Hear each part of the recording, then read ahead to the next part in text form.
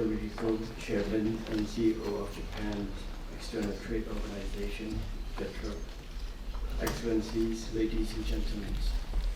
Today I'm very pleased to attend the Cambodia Investment Seminar 2023 here in Tokyo. I would like to thank and commend the Council for Development Cambodia, Japan External Trade Organizations, Mizuho Bank, and the Cambodian Chamber of Commerce for organizing this important seminar. Coinciding with my presence at the ASEAN-Japan special meeting to commemorate the 50th anniversary of ASEAN-Japan friendship and cooperation, I would like to warmly welcome Excellencies, ladies and gentlemen, in today's seminar. The seminar was held several times directly under the High Presidency of Samdech Kamhasanapade Chilton, former Prime Minister of Kingdom of Cambodia, but was later interrupted due to the spread of COVID-19 pandemic.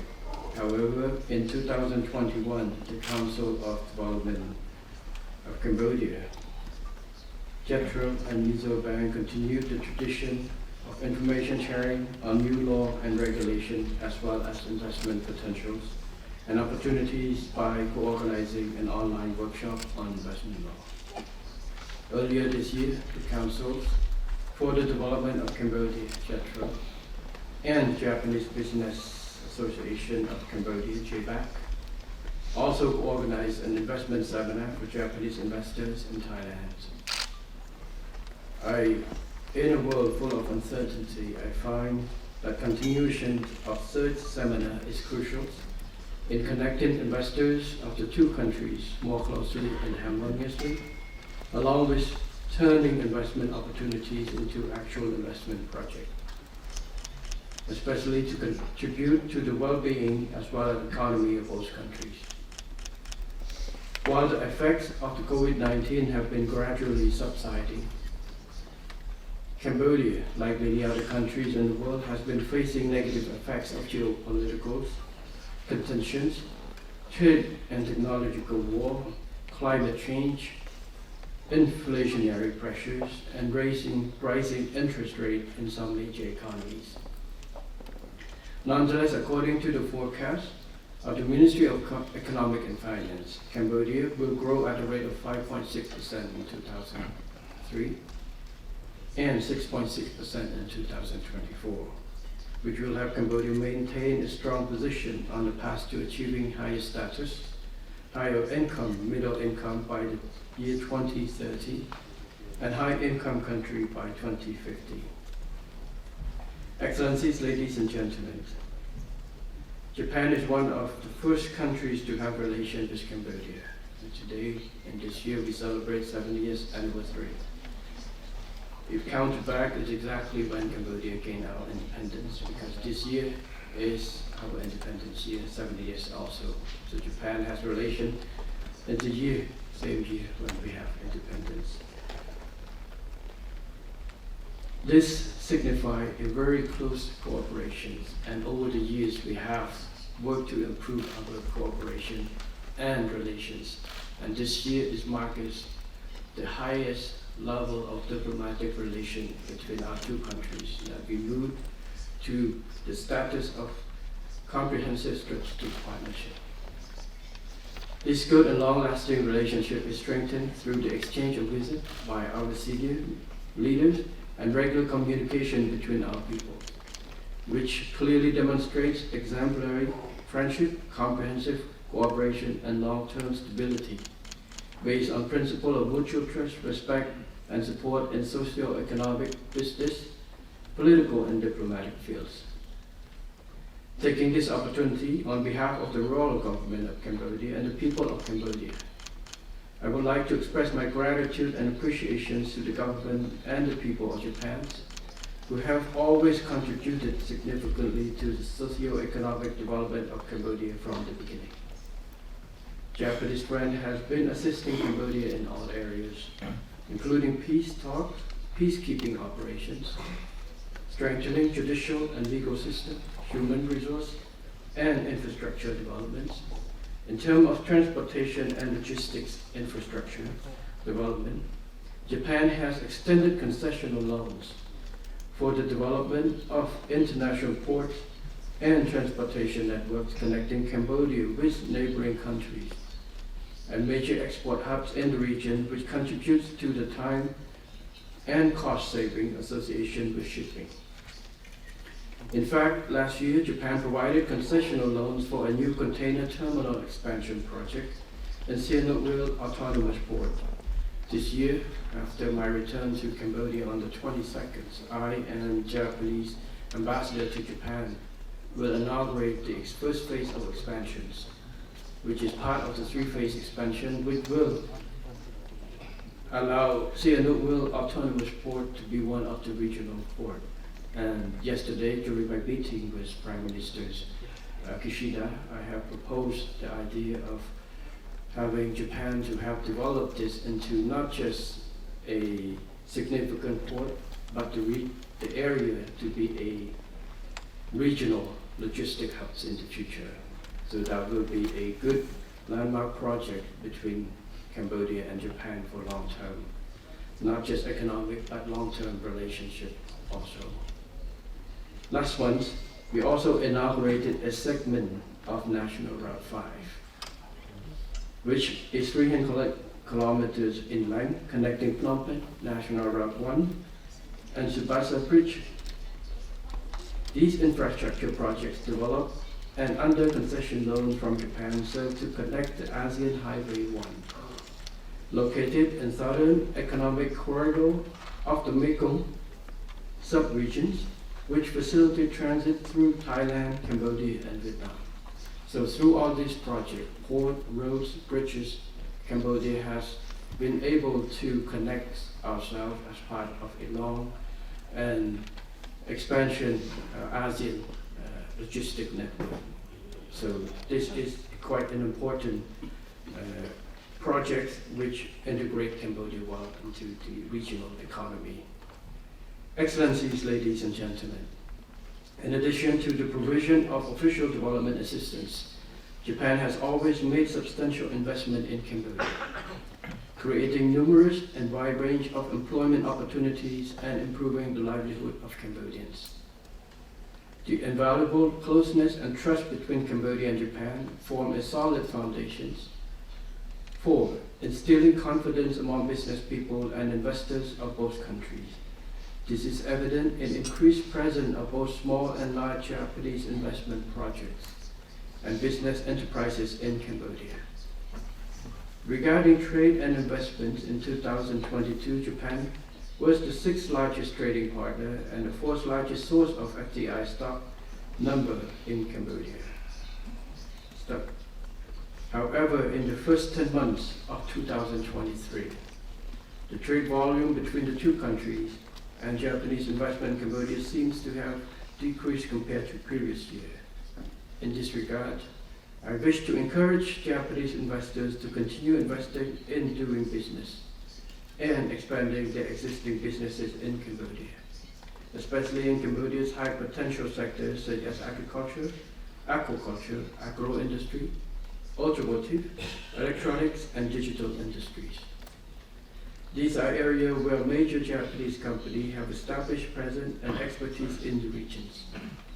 Cambodia can serve as an essential production base for linking with the company's regional production chains, given its favorable geopolitical location in the center of ASEAN. Young and talented workforce, preferential access to major markets, generous fiscal and non-fiscal incentive, and most importantly, peace, political, and macroeconomic stability. Currently, there are numerous Japanese investment projects operating in Cambodia across sectors such as banking and finance, tourism, health, shopping malls, restaurants, and particularly non-textile industries like manufacturing of automotive, electrical, and electronic components. Many Japanese companies have made profits and continued expanding their businesses in Cambodia. In fact, the 2022 survey on business condition of Japanese companies operating overseas, Asia and Oceania, conducted by JETRO shows that more than half of the Japanese companies present in Cambodia expected their profit for 2023 to increase and have the intention to expand businesses in the next 1 or 2 years, which is a very good sign. I would like to highlight successful stories of 2 Japanese companies among other Japanese companies that have been investing in Cambodia. First, Aeon Malls Cambodia Co. Limited put in an initial investment capital of $205 million to build the first Aeon Mall in Phnom Penh. Over a few years later, the company invested an additional $409 million to build the second and third Aeon Malls. The company has also established another subsidiary called Aeon Mall Cambodia, Logic Plus Co. Limited, to contribute to addressing the logistic problem in Cambodia.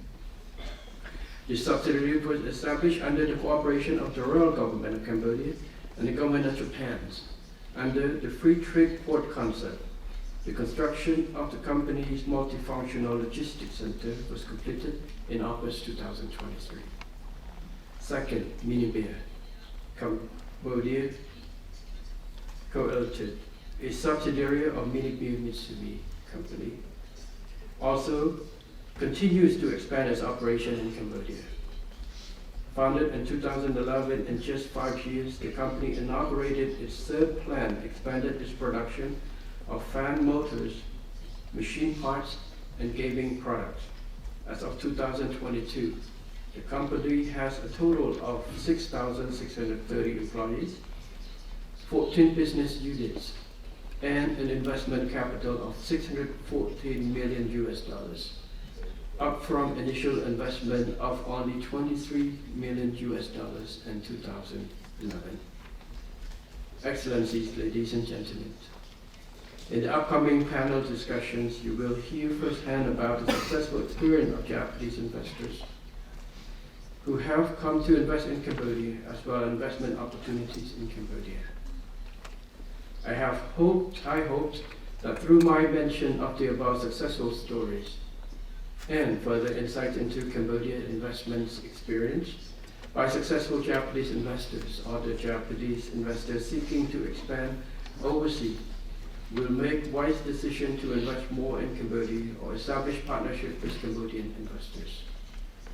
Excellencies, ladies and gentlemen, in the new mandate of the Royal Government of Cambodia, I would like to emphasize our commitment to continue providing critical foundations for investment, to name a few: peace, economic, political stability, as well as continued efforts to enhance the business and investment environment by reducing costs, facilitating and streamlining relevant procedures, and especially digitizing the provision of public services and administrative affairs. This will ensure that all investors remain confident and hassle-free in investing and expanding upon existing projects in Cambodia. As I mentioned earlier with my meeting with His Excellency C Chou, Minister of Economic and Finance, with C Chou President, the idea is not just to attracting business to come, but once the business come, our priority is to make business operate in an environment where it's friendly and make you as much as feel at home as possible, so you can grow with us and instill more confidence. This is what the new government and government before has been over the year hiring to deal and to solve and to address these issues. Obviously, the Pentagonal Strategy Phase 1, endorsed by the Royal Government of the 7th Legislature, economic diversification and competitiveness enhancement. Side 3 identifies precise strategic goals and emphasizes priority pertaining to improving the business and investment environment. I would like to highlight that in addition to the Pentagonal Strategy Phase 1, the Royal Government has also introduced laws, policies, measuring, and strategies aimed at improving business and investment environment in Cambodia to a greater extent. For instance, the law on investment and sub-decree on the implementation of this law determine certain priority sectors entitled to broad and smart incentive. Later, His Excellency Sun Chantok, Deputy Prime Minister and first Vice Chairman of the Council for Development of Cambodia CDC, will elaborate in his presentation about this law and sub-decree to provide specific information to investors who wish to invest in Cambodia. In addition, we have rolled out pragmatic and targeted measures to facilitate investment in Cambodia, including but not limited to 1. Development the energy sector, inter alia by the means of introducing the Power Development Master Plan 2022 and 2040 to satisfy the rise of energy demand, guarantee reliability and affordability of electricity supply, and increase the proportion of clean energy consumption, as well as put in force the National Energy Efficiency Policy, which focusing on reducing the amount of energy consumption, while maintaining the same or better energy output by setting a total energy reduction target to at least 19% in 2030. Both documents demonstrate strong ambitions and commitment to achieve carbon neutrality by 2050, so as to support the international community in tackling climate change issues. Additionally, in response to the request of Japanese investors in Cambodia, the Royal Government of Cambodia has been cooperating with development partners to conduct a study on provision of renewable energy certification to investors. Recently, I announced that the Royal Government pledges $100 million in budget this year to counter the rise of electricity prices, while electricity tariff in other countries in the region has been surging. At this point, a key message I want to signal to investors is that Cambodia can offer you clean, affordable, and reliable electricity, which is a great value proportion for your investment in Cambodia, and will help to contribute to further ameliorating business costs. Expansion and development to connect Cambodia transportation network to major economic poles, key national corridors. Example including the construction of Phnom Penh-Sihanoukville Expressway, which opened in public use a year ago in the Phnom Penh-Bawit Expressway, which is currently under construction and scheduled to be completed in 2027, which links Phnom Penh to the border of Vietnam. And Phnom Penh-Siem Reap-Poipet Expressway, which has undergone feasibility study and plan for future construction. Additionally, the launch of construction of more international airports will be commissioned in Siem Reap, Kandal, and some potential province.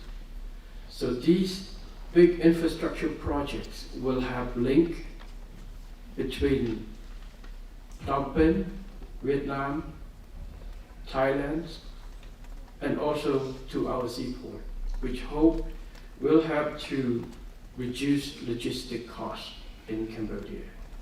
Also, we work in art to improve upgrading our existing rail line from Thai border, from the northern border, we connect from Thai border to Phnom Penh and southern corridor with Phnom Penh to Sihanoukville, which will hope to contribute to help improve the logistics mean and reducing logistic costs in the future. Entering into bilateral and multilateral free trade agreements, such as Regional Comprehensive Economic Partnership Agreement, RCEP, the Cambodia-China and Cambodia-Korea Free Trade Agreement, as well as Cambodia-United Arab Emirates Comprehensive Economic Partnership and Agreement. And we're looking at to expand more cooperation and framework agreement, trade agreement with more regions in the world. So to make Cambodia as a production base with multiple access to different markets. To make Cambodia a more friendly and more attractive investment destinations. And continue to develop human resources through the launch of technical and vocational training of 1.5 billion youths in these 5 years from poor and vulnerable families.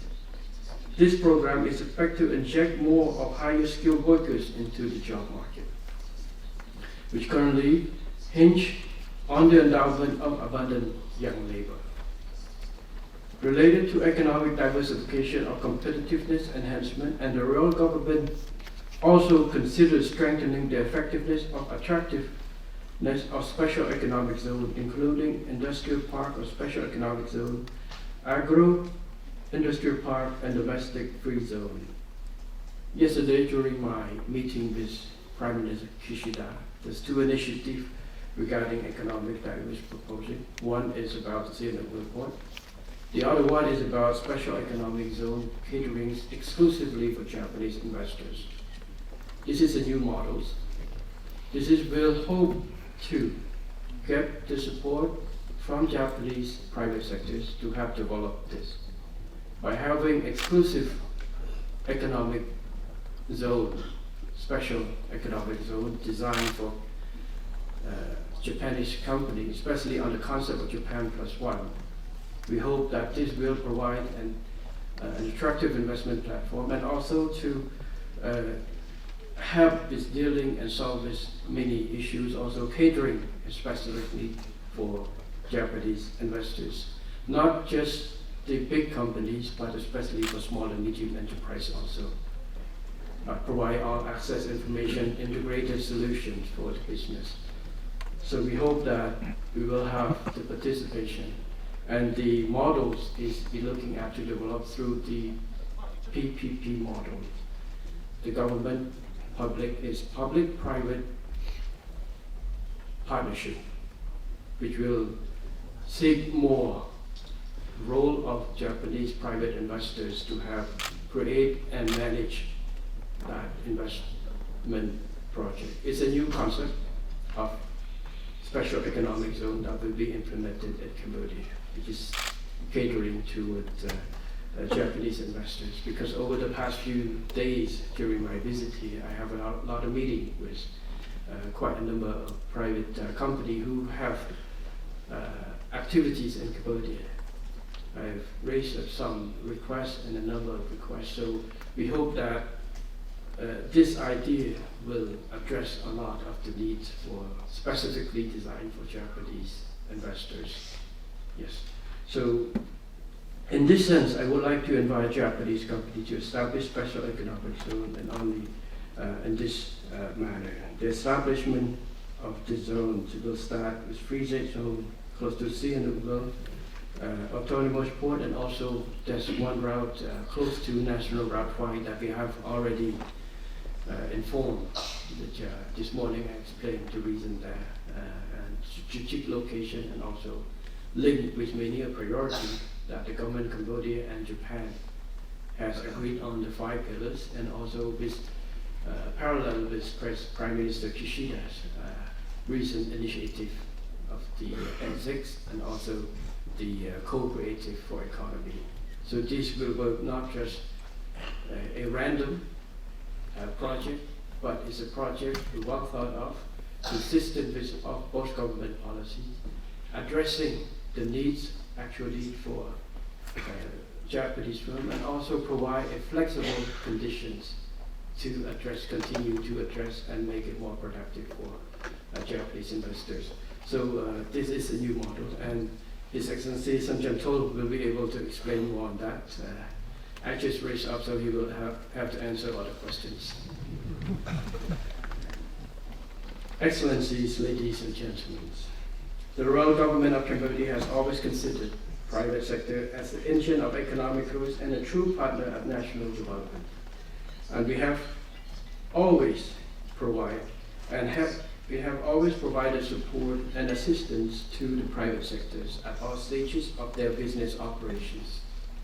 We have regularly developed and implemented a number of mechanisms to provide the best possible convenient channel for the private sectors to express their comment, concern, and suggest to the royal government, which include custom public-private sector partnership mechanism, the Automotive and Electronic Sectors Development Advisory Councils, and other bilateral mechanisms like the Cambodia-Japan Joint Committee meeting, a separate and unique bilateral mechanism between Japanese private sector and the royal government of Cambodia, under the agreement between Japan and the Kingdom of Cambodia for liberalization program, promotion and protection of investment.